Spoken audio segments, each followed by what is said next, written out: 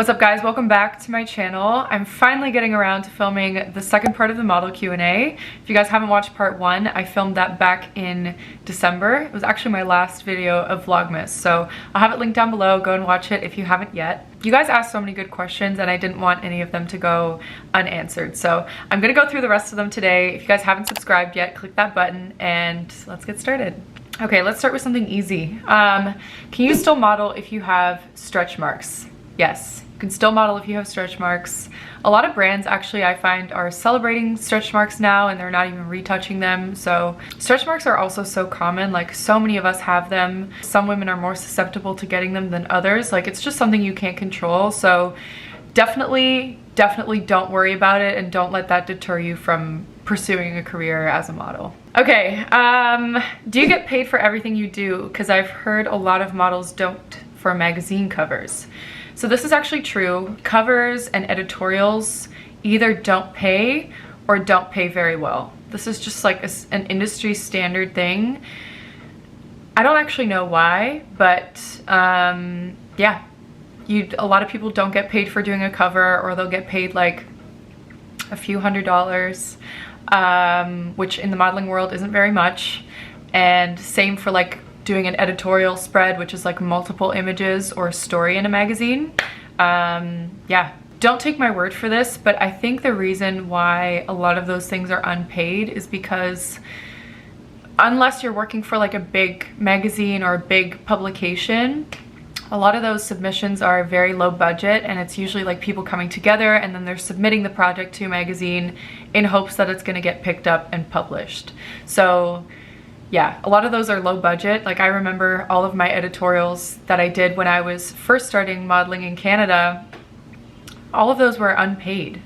And a lot of those were not actually from the magazine that they ended up being published in. Those were just groups of people coming together, creating this project or this story, and then they would submit it to a bunch of magazines, and then either it gets picked up or you end up posting the images without like it being a tear sheet, you know? But yeah, to answer your question, you are right about that. A lot of covers and editorials are either unpaid or paid a lot lower than like the standard modeling rate for a job. Is New York or LA better for commercial modeling? Can you explain the different markets?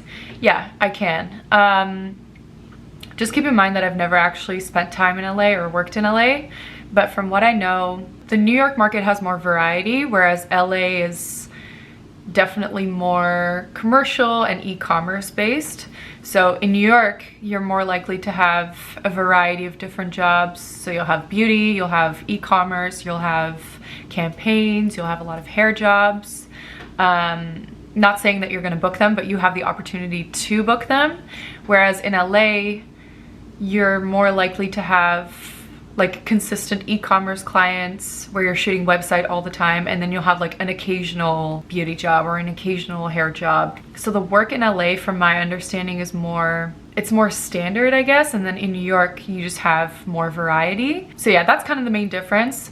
Doesn't mean that one market is better than the other, because even though New York might have more variety and might have different types of bookings versus LA, if you have like 4 or 5 solid consistent clients in LA, you could be making more money and working more there than in New York. It really just depends, and it's kind of hard to like, I don't know. I think the only way to really discover what your market is by spending time in both places. So I think the happy medium is, and I think that this is the goal for a lot of girls, is to actually be, you would be based in one coast, but you would have clients on both, so you'd be traveling all the time, which is essentially like my goal for the next year or two, is to like build clients on the West Coast and then have my clients here, and then it would just be a continuous stream of money all the time rather than just having like clients mainly in one city. So yeah, I hope that kind of explains it a little bit. I think I might have better answers when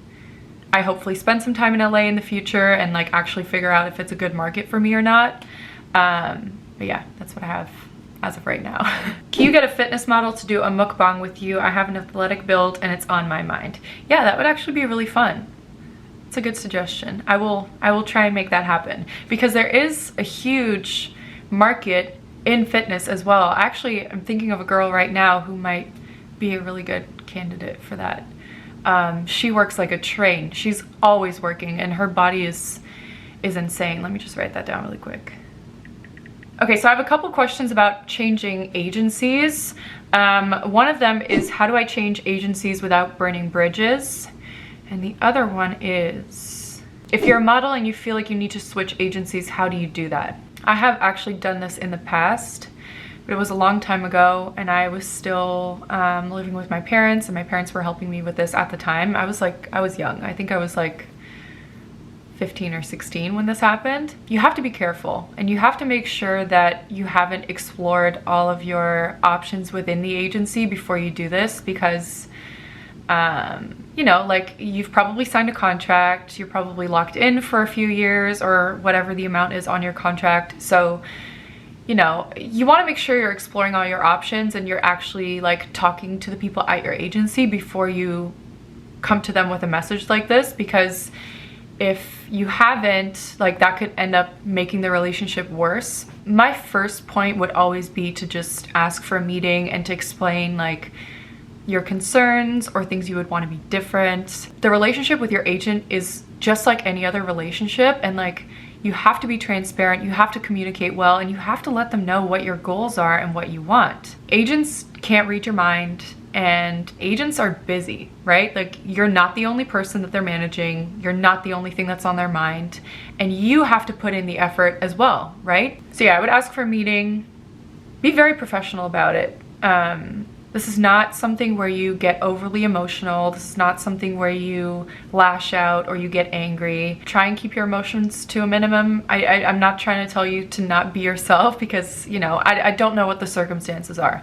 But yeah, just be professional and express your concerns or the things that you are not happy or not impressed about in a very, you know, professional way. And then you see if things get better or not. A lot of the times after you have a meeting like this, you'll know whether they're going to get better or whether they won't.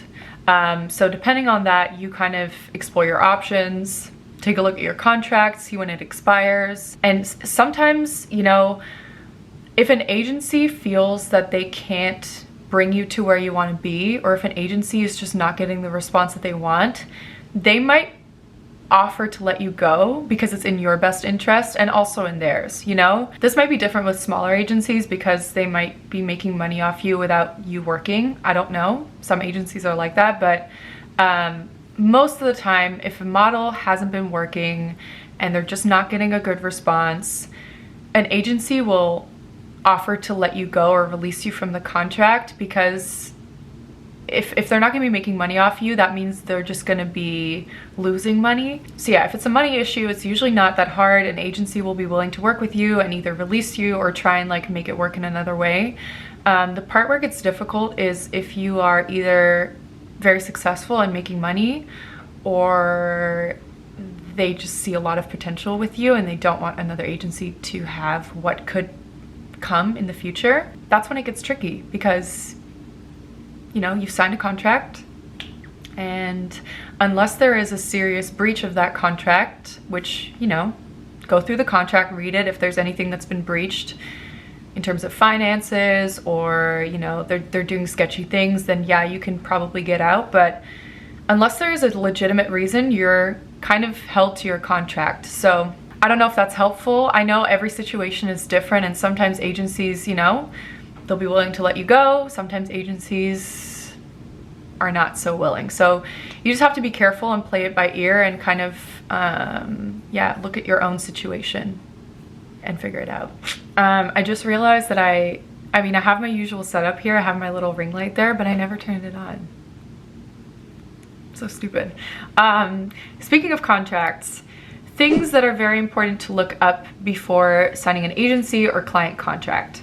I'll start with agency contracts because you probably wouldn't have a client contract unless you have an agency.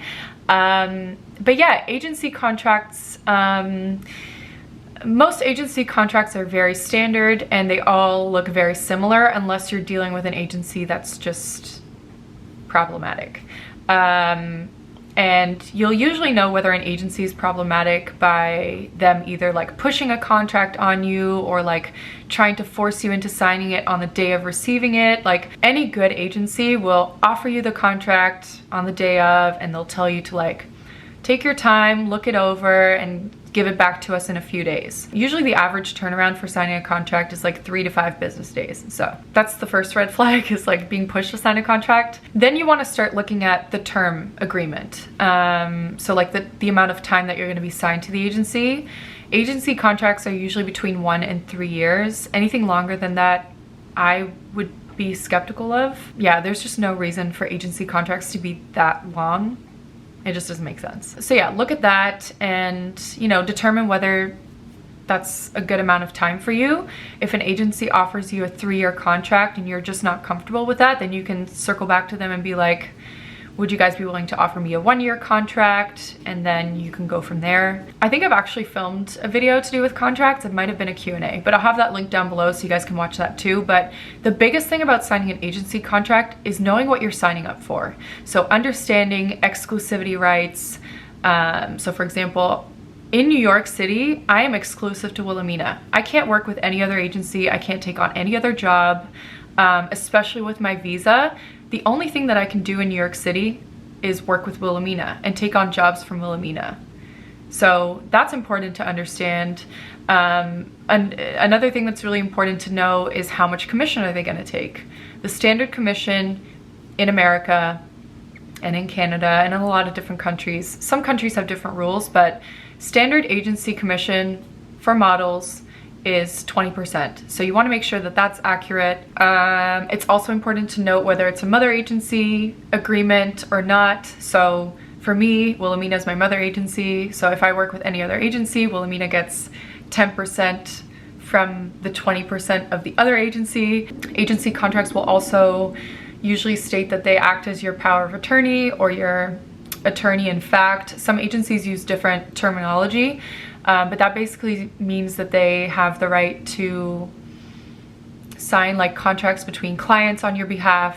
They have the right to deposit checks on your behalf from clients. All of these things are standard things. You just have to make sure that you, kind of like educate yourself on that, and obviously always have someone give a second opinion on the contract, whether that's a parent or whether that's a lawyer if you don't have a parent or guardian. It's super important to just have someone else read it over. The most important thing about the agency contract is just knowing what you're getting into and understanding everything. Tips for promoting yourself via socials. You're a pro. Thank you so much. That's so sweet. I don't feel like I'm a pro with social media, but my goal for this year is to really just like harmonize all of my social media accounts. I don't know if you guys have noticed, but I've started posting my YouTube teasers on Reels and on TikTok instead of just posting them on my stories. I'm still learning too, and I guess my biggest tip that I can give you is to just be consistent and be authentic and put out content that you want. Like in this day and age, there's an audience for everybody. So you don't have to fit a certain mold. You don't have to be a certain person. You don't have to post certain type of content. You just have to post you, and you have to be genuinely yourself and be excited about it, I think too. And then you just have to be consistent and keep going. How did you / what helped you learn how to pose in your photos? Honestly, I learned how to pose by practicing in the mirror. And I will also say I learned how to pose in Japan, I think, because every time we had a casting when I was living in Tokyo, I would have to do like a small posing routine. And by the time I left Tokyo, I had that down pat. I was good. So yeah, posing takes practice. You have to learn your angles. You have to also get comfortable, you know, because it's one thing doing it at home in front of your mirror by yourself, but it's another being in front of a group of people behind a camera. So definitely getting comfortable and just kind of not giving a shit is also a big part of it. I actually have a full posing video. If you guys haven't watched it, I will link it below. There's a lot of videos that are going to be linked in this description box, but if you guys haven't watched my posing video, go and watch it.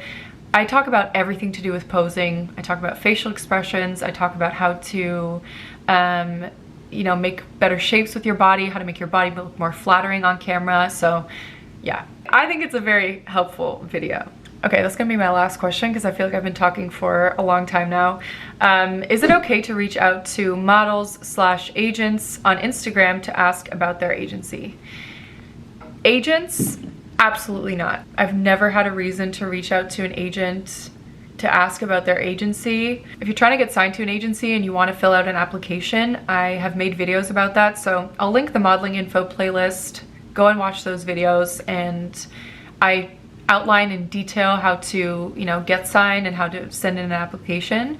But reaching out to agents on Instagram just is not appropriate, in my opinion. If an agent sees potential in you on Instagram, they will reach out to you, and then they will tell you to either like email them, or they will email you, or something along those lines. Communication on Instagram will be very minimal. Let's just say it that way. So agents, definitely don't reach out. Reaching out to other girls is totally different, because I think a lot of the times that can give you some helpful insight, especially if you're already in the industry and you're maybe trying to make an agency switch, or, you know, if I have, like, I'll do it for photographers sometimes. If there's this photographer who wants to shoot and I have friends who've shot with them, I'll hit up one of my friends and be like, hey, how was your experience? Was it worth it? All of that stuff. Okay guys, that is gonna be it for this video. I hope it was helpful. If you guys have any more questions, you can leave them in the comment section and I will definitely try and answer all of them. I'm gonna be doing more Q&As throughout the year, so if you guys don't follow me on Instagram already, go and follow me on there, because most of my Q&As are done through Instagram stories. So yeah, if you guys enjoyed this video, please give it a thumbs up. Don't forget to subscribe if you're new, and I will see you guys in the next one. Mwah!